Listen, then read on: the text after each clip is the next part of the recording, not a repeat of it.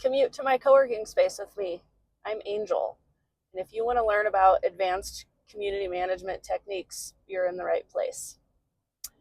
Every day I drive, I don't know, what feels like 100 minutes, 15 to 20 minutes to work.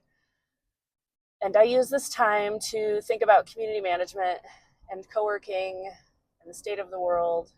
And I thought I would bring you into my thought process with me. In the last video, I shared a little bit about how I don't like how corporate co-working has become. It's very franchised, it's very brandy.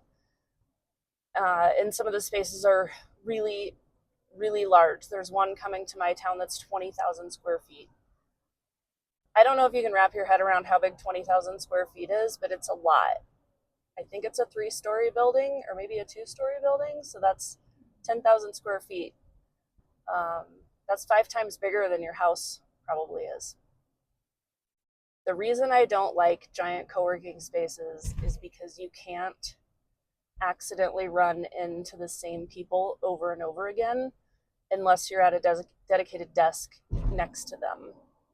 The secret sauce of Cohere has always been our tiny size. We started at 1,000 square feet back in 2010, and then over the years we grew all the way up to 5,000 feet, and I hated managing a 5,000 square foot space.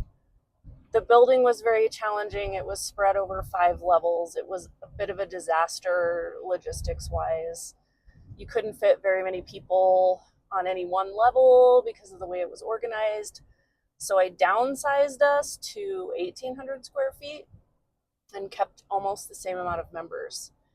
And I would say that the 2,000 square foot space is the magic size where you have about 80 to 90 members, which is a manageable amount of people for both your community managers to be able to get to know, but also for the members to get to know each other. Since our space is small, the desks are really close together. I've always felt that that's really important. I think there's a blog post out in the world that talks about how physical density promotes community and connection, and I believe it always. If you can overhear somebody telling a fun story, you can jump in and be a part of that fun story. If that fun story is happening across 10,000 square feet or on a different floor of your space, there's a limited amount of people who can actually hear it and participate in it. And these sort of impromptu connections are a really important foundation of creating a strong community that people feel like they actually know each other. I think another important part of co-working is being able to see the door when people walk in, and not as a receptionist. I don't like the reception model of co-working. Again, you need that when your space gets really big, but I would much rather have the community manager or another member greet someone when they arrive. During COVID, and I think even after, some people who don't have partners, they live alone. Yes, they talk to their coworkers online. Yes, they're on Zoom. Yes, maybe somebody lays eyes on them that day. But they can tend to drift through their life with their most meaningful interaction being like Trader Joe's employee asking you what your fun plans are today, and it turns out going to Trader Joe's was your whole fun plan. So I think it's really important to greet people when they arrive and kind of open the door conversation-wise for them to be able to contribute something or tell a story or have a little bit more meaningful conversation than just hello, goodbye, what are your fun plans today? What else do I want to say about small spaces?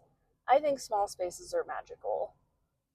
I think that co-working got really big because commercial building owners and landlords got their hands on the concept and decided that if you had square footage, you could write the word co-working on the door and it would suddenly become this profit generating center.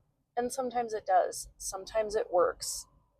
And the people who are in the building agree that they don't want community, and the landlord agrees they're not providing community, and they come to this sort of like unspoken truce that, like, we're using the word co-working, but we're doing F all to promote community.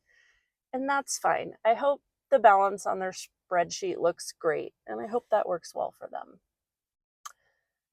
That's a soulless endeavor. Anybody can rent square feet to somebody looking for space. It's not hard. It's a well-known model. Almost every co-working space that you see listed on a marketplace for commercial real estate is using a tried and true formula of profit over expenses. It's fine. If you're out there and you want connection, you want to actually talk to people in a meaningful way, the smaller the space, the better. Tour them. Look for small spaces. Look for how many rooms are they? How many people can I see from the desk I'm working at? How many people am I close to while I'm working? Do I feel like there's a chance for me to see the same people over and over again to actually form a real connection? I would love to hear from people who belong to giant spaces. I want to know, is that fulfilling you? Is that working for you? Or is that just a square footage contract for you? I am really curious to hear. I don't visit a lot of other spaces because they annoy me. But if you're in a co-working space that's over 10,000 square feet, I want to hear your experience. And if you're in a co-working space that's tiny or little, I want to hear from you too. What's your experience? I don't know. I don't go to a lot of places. You all got to tell me what's going on out there. Anyway, stay tuned for the next video. Subscribe if you want to be alerted every time I'm in my car driving to work. I don't know where this is going to go. We'll see.